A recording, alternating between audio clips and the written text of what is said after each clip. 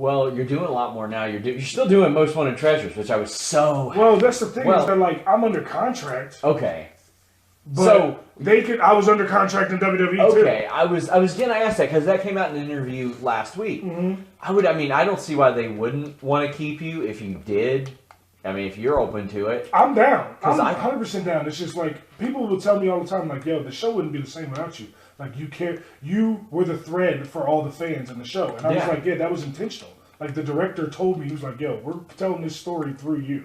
And before that, like, I heard your name mentioned around as a host for Raw Underground as a possibility. Yeah. I didn't know if that even got to you. No, I didn't find... So, literally, the true story about that is... Edge calls me, and he goes, send me some promos. And I'm like, all right, right? Because I had already sent Edge a bunch of promos and stuff that we've talked about and move matches. You know, Edge is a really good guy, and he's always looking to help out. So he's like, you know, I call him Adam, but yeah. So like, he calls, and he's like, send me some promos. And I'm like, okay. And I send him like 2-3 promos. And then like, he doesn't get back to me till the next day. And mind you, I'm on the road doing Most Wanted Treasures. Yeah. At this point. So he's like, yeah, you know, we were in a meeting with Vince and the other people, and they were talking about who's going to host Raw Underground. And I thought you would be the perfect host for it. And they actually were going to run with you as the host, but you're on the road doing Most Wanted Treasures, and that's going to take up too much of your schedule to be able to come back and do Raw Underground. So that's when... You know, Shane comes out as the host, and then you even, if you really know, you got like Brianna was on Raw Underground hosting for a little bit too. Like, oh, did you get to it? Oh, almost got on the board. But you know, so like that would have been a cool opportunity too. But like honestly, I was so ingratiated in what I was doing with Most Wanted Treasures, like. Got to take A&E if A&E comes, man. And it's not even just that. It's just the fact that what I was actually doing. Like, I was hanging out with Undertaker, Booker T, and Ric Flair, and Mick Foley. Like, I got... Every night after I filmed with Ric Flair, we went to a restaurant and bar, took tequila shots, drank, ate steak, and drank wine. Like, I mean, Raw Underground's great, but I feel like...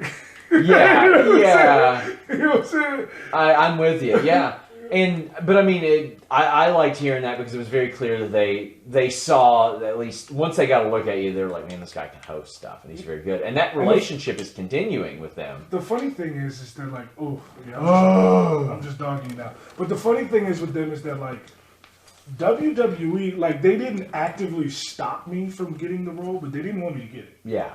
Like. So that was an A&E call. That was the A&E and the production team call. Okay. Like they were, because I made it to the final round of people, because I didn't find that, they asked me in March, hey, would you like to be a host of a TV show? And I was like, okay. I had an interview with one person on the show, and then I had an interview with another person on the show, and then I had an interview with Triple H and Stephanie and the director of the show. And after the meeting with all that last meeting, like, they didn't want me, WWE didn't want me to host the show because I hadn't been on TV yet. Like, yeah.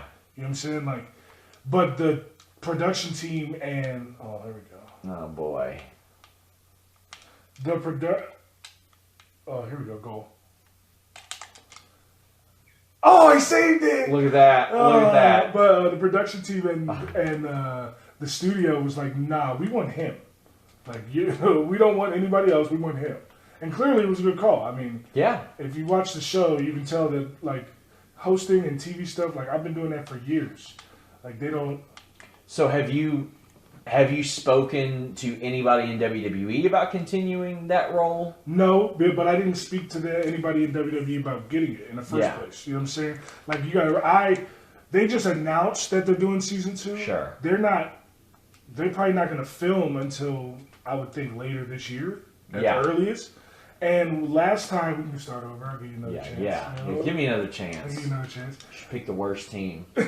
Last year, you know, when we did it, I found out that I got the gig in May and we started filming in July. Yeah. I was the last person added to the crew that they had already had set up. You know so they did announce that more of it's coming. They announced this huge partnership, which 2 seasons. I gotta say, congrats to WWE for making A&E the regular cable channel that they were always talking about making themselves. It effectively is the WWE network now.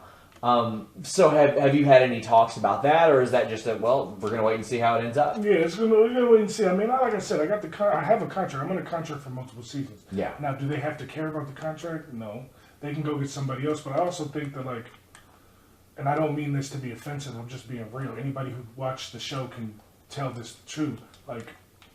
I'm hard to replace. You know what I'm saying? Sure, as a host, my little quips and rapping with Booker T in the car and rapping with that. There's not a lot of people that can do that, let alone actually have experience on set.